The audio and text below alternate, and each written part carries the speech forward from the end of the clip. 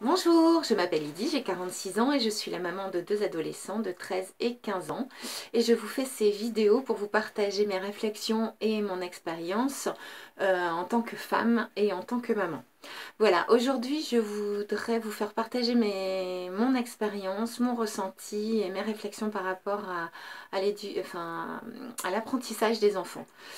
D'après ce que j'ai pu voir sur mes enfants, ils ont eu deux types vraiment d'apprentissage qui les ont fait avancer beaucoup plus vite. La première chose, c'est le jeu. Je sais que j'ai énormément appris, j'ai appris pas mal de choses à mes enfants par le jeu. D'ailleurs, je pense vous faire des petites vidéos en vous présentant les jeux que j'ai utilisés pour les aider à réviser le calcul mental, les aider dans l'écriture, le vocabulaire, la lecture, comment j'ai procédé pour la lecture, mais également pour la grammaire. J'ai eu plein de petits trucs comme ça avec des conseils de spécialistes que j'ai appliqués et qui ont super bien marché. Voilà, mais ça je vous ferai une petite vidéo par jeu. Enfin, dites-moi déjà si ça vous intéresse, mais si ça vous intéresse, je peux vous présenter les jeux, vous dire comment on détournait des fois les règles et à quel âge on a utilisé ces petits jeux-là.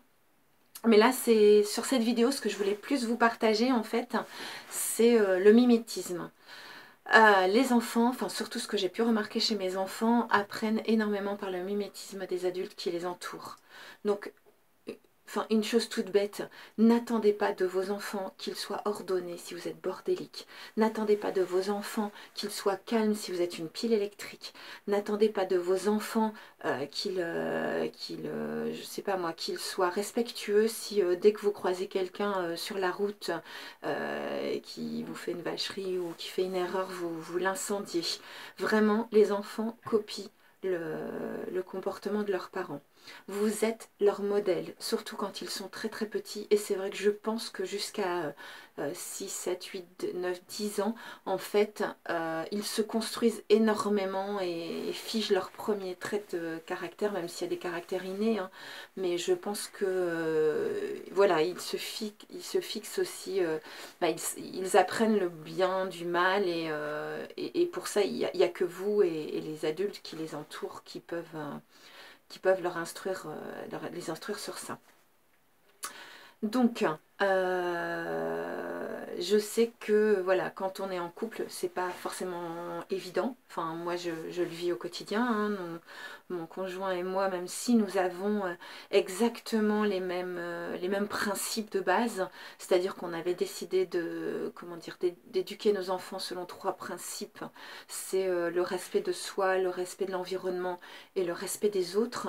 Je sais que déjà, on n'a pas la même histoire, on n'a pas été éduqués du tout de la même manière, hein, puisque moi j'ai eu une éducation plutôt rigide, alors que Sylvain a été élevé par des parents plutôt libertaires, c'est-à-dire enfin, ils étaient hippies, donc d'apprendre par l'expérience, que moi tout était super cadré, donc on a déjà eu des expériences très très différentes.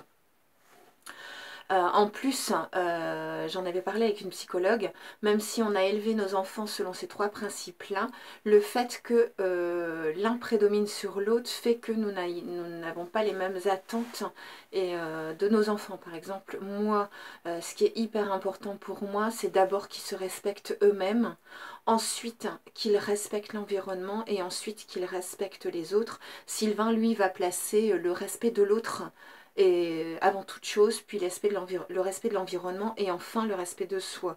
Donc vous pouvez bien voir qu'en fonction du quotidien, on n'aura pas forcément, Sylvain et moi, la même réponse sur toutes leurs demandes et sur toutes leurs actions. Voilà. Donc je sais que c'est vraiment très très très compliqué.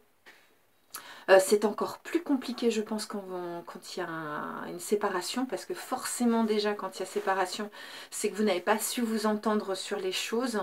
Et donc, je sais, hein, j'ai des mamans divorcées autour de moi qui me disent c'est vraiment très très complexe. Mais bon, ne pensez pas que vos enfants soient bêtes. À un moment donné, je sais que c'est plus compliqué. Du coup, on a toujours l'impression que tout est à faire et à défaire. C'est vrai qu'on a moins le droit à l'erreur quand on est parents divorcés parce que voilà, le papa n'a pas du tout la même éthique que la maman et c'est vrai que ça peut être compliqué. Mais si vous êtes linéaire, si vous fixez-vous des règles simples qu'il ne faut pas dépasser et les enfants savent très bien faire la part des choses.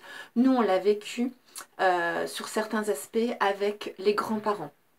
C'est-à-dire que moi, comme je vous l'ai déjà expliqué, enfin je sais pas, je vous mettrai le petit lien de la petite vidéo sur l'endroit où je parle des grands-parents. J'ai mes parents qui se sont occupés énormément de mes enfants depuis que mes enfants sont tout petits.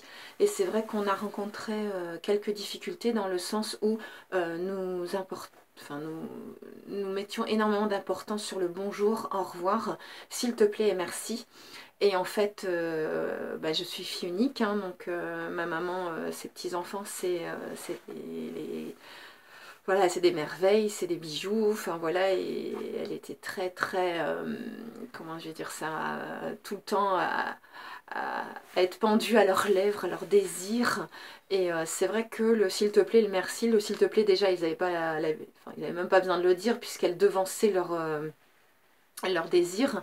Et le merci, voilà, on passait. Alors que j'ai pas du tout été élevée comme ça, puisque mes parents c'est pareil, le respect de l'autre est quelque chose de très important.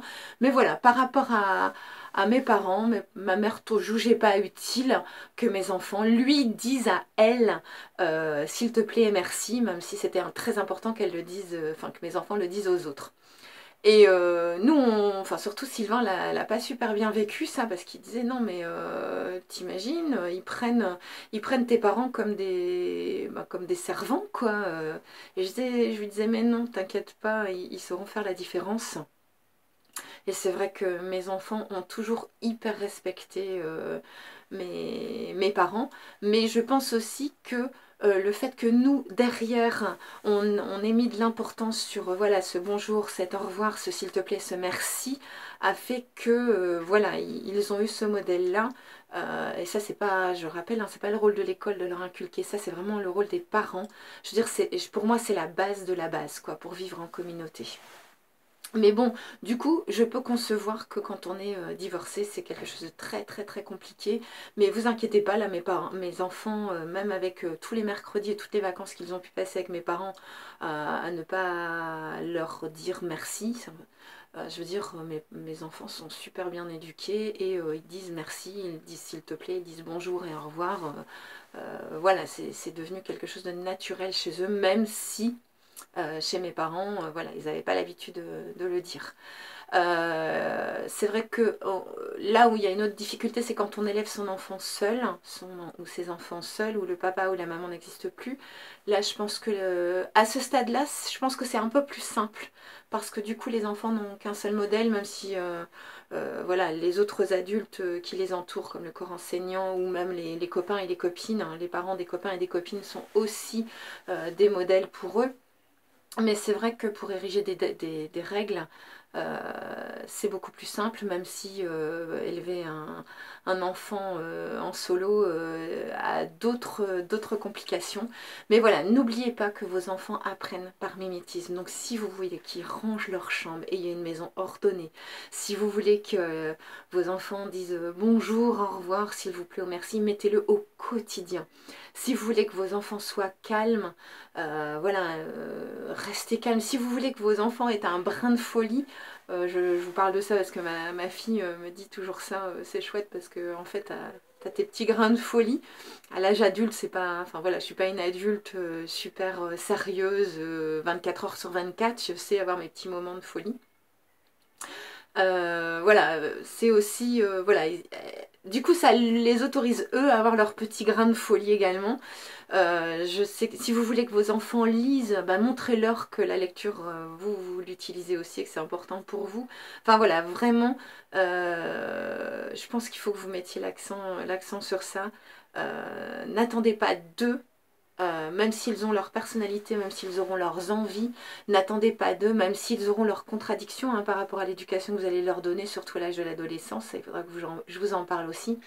Mais soyez les modèles que vous voulez voir chez vos enfants sans vraiment leur imposer brutalement en fait. Mais le fait de vous voir faire, systématiquement, ça entrera dans leur modèle d'être. en fait. Voilà, c'était le petit message que je voulais vous passer aujourd'hui.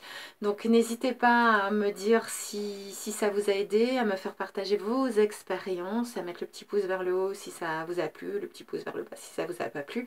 Mais vraiment, je suis à l'écoute de tout ce que vous pouvez me dire, et parce que ben, je trouve qu'on s'enrichit des expériences et des avis des autres. Donc voilà, moi c'est mon opinion, c'est mon expérience. Donc n'hésitez pas à me faire partager la vôtre. Et pourquoi pas faire partager cette vidéo aux personnes que vous pensez que ça pourrait aider et à qui ça pourrait donner des pistes de réflexion. Voilà, je vous dis à bye bye, je vous fais des gros bisous, au revoir.